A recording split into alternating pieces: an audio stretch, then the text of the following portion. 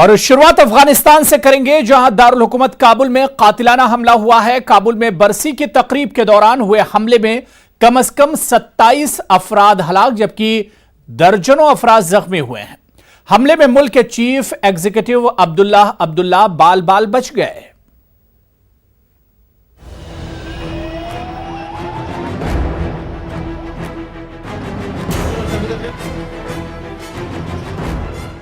افغانستان میں حملوں کا سلسلہ جاری ہے۔ افغانستان کے دارالحکومت کابل میں برسی کی ایک تقریب کے دوران فائرنگ اور راکٹ حملے کے نتیجے میں ہوئے حملے میں درجنوں افراد ہلاک جبکہ متعدد زخمی ہو گئے۔ کابل میں حزب وحدت پارٹی کے رہنما عبدالعلی مزاری کی 25ویں برسی کی تقریب کے دوران یہ حملہ ہوا۔ تقریب میں ملک کے چیف ایگزیکٹو عبداللہ بھی شریک تھے جو حملے میں محفوظ رہے۔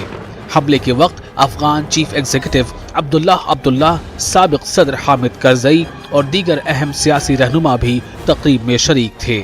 افغانستان کی وزارت داخلہ کے ترجمان نصرت رحیمی کے مطابق تقریب کے قریب زیر تعمیر عمارت سے متعدد افراد نے فائرنگ کی جس کے زد میں آ کر درجنوں افراد مارے گئے۔ ترجمان کے مطابق فائرنگ کے بعد چیف ایگزیکٹو اور سابق صدر کو بحفاظت پنڈال سے نکال کر دوسری جگہ منتقل کر دیا گیا۔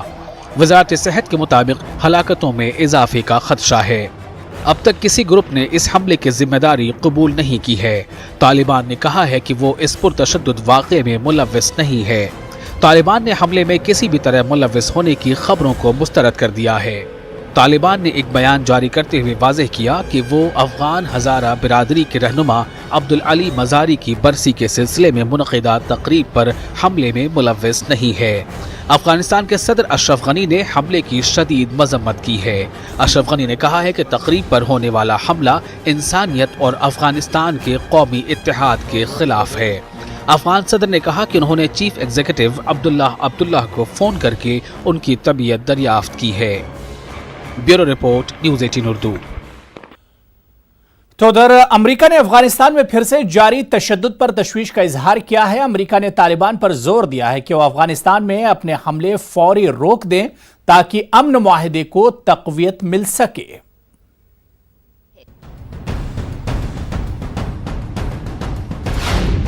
امریکی وزیر خارجہ مائک پومپیو نے افغانستان میں جاری تشدد میں فوری کمی کا مطالبہ کیا ہے۔ مائک پومپیو نے کہا کہ اس شورش زدہ ملک میں امن عمل کے لیے ضروری ہے کہ طالبان اپنے حملوں کو روک دیں۔ انہوں نے جنگجوؤں کی طرف سے کیے جانے والے حملوں کو ناقابل قبول قرار دیا ہے۔ واشنگٹن میں نیوز کانفرنس سے خطاب کرتے ہوئے امریکی وزیر خارجہ نے کہا کہ افغانستان کے کچھ علاقوں میں گزشتہ چند روز کے دوران تشدد میں اضافہ ہوا ہے جو ناقابل قبول ہے۔ مائک پومپیو نے زور دیا کہ افغان امن عمل کے فریقین کو امن مذاکرات کے لیے تیاری کرنی چاہیے۔ پومپیو نے مزید کہا کہ انہیں یقین ہے کہ طالبان اپنے عہد پر قائم رہیں گے اور افغان امن عمل شروع ہو جائے گا۔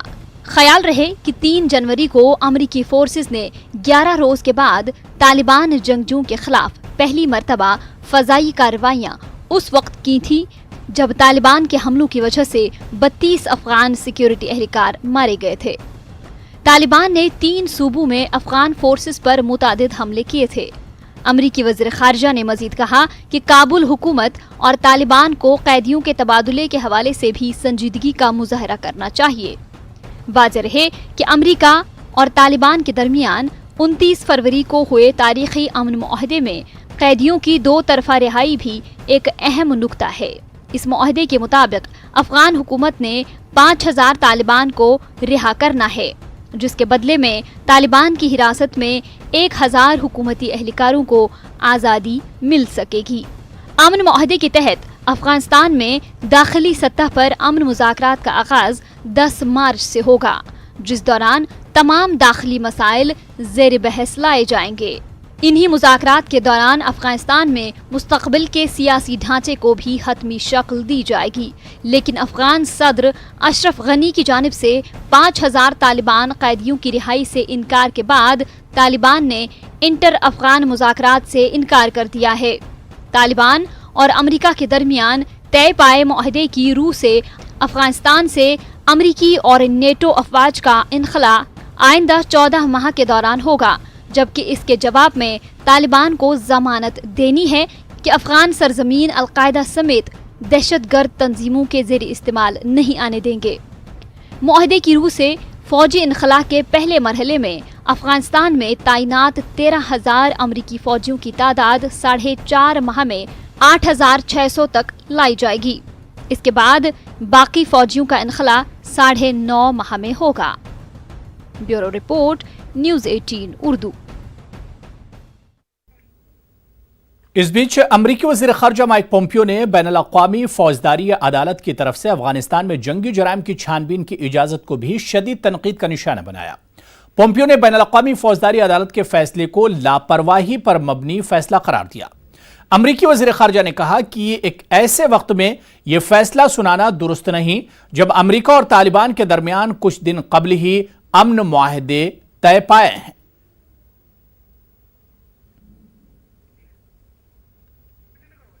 چلیے آگے بڑھیں گے، بات کورونا وائرس کی کریں گے۔ سعودی عرب میں کورونا وائرس سے بچاؤ کے لیے ہنگامی اقدامات کے بعد مسجد حرام اور مسجد نبوی کھول دی گئی ہے، تاہم غیر ملکیوں سمیت سعودی شہریوں پر عمرہ کرنے پر پابندی عائد ہے۔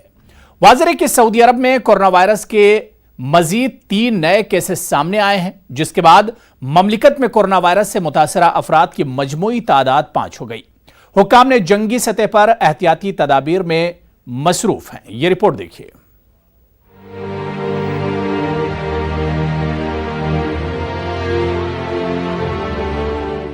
سعودی عرب میں کورونا وائرس سے بچاؤ کے لیے ہنگامی اقدامات کے بعد مسجد الحرام اور مسجد نبوی کھول دی گئی۔ دونوں مساجد نماز فجر سے 1 گھنٹے قبل کھولی گئیں۔ جمعرات کو نماز عشاء کے بعد صفائی کے لیے مکہ مکرمہ کی مسجد الحرام اور مدینہ منورہ کی مسجد نبوی بند کر دی گئی تھی، تاہم پہلی منزل پر طواف جاری رہا۔ سعودی وزیر داخلہ کا کہنا تھا مسجد حرام میں داخلے پر پابندی کا مقصد مقدس مساجد میں کورونا وائرس کے پھیلاؤ کو روکنا ہے۔ نائب وزیر حج و عمرہ کا کہنا تھا کہ ہجوم میں وائرس کے پھیلاؤ کا خدشہ زیادہ ہونے کی بنا پر مکہ مکرمہ کی مسجد حرام اور مسجد نبوی میں داخلے کی پابندی کا فیصلہ کیا گیا ہے۔ سعودی پریس ایجنسی کے مطابق عمرہ عارضی طور پر سعودی شہریوں سمیت تمام افراد کے لیے بند ہے۔ مسجد الحرام میں طواف چھت اور برآمدے میں جاری رہ سکے گا، تاہم مطاف میں مکمل پابندی ہوگی۔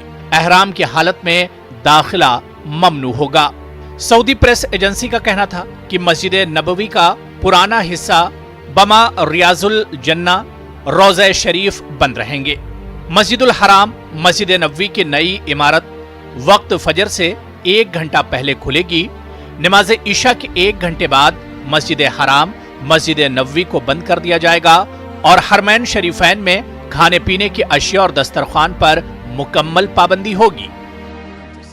اس سے قبل سعودی حکام نے سوشل میڈیا پر مسجد الحرام کے صحن کے وائرل ہونے والے ویڈیوز پر وضاحتی بیان جاری کیا تھا، جس میں کہا گیا تھا کہ مطاف کو صفائی اور حفاظتی تدابیر کی وجہ سے خالی کرایا گیا۔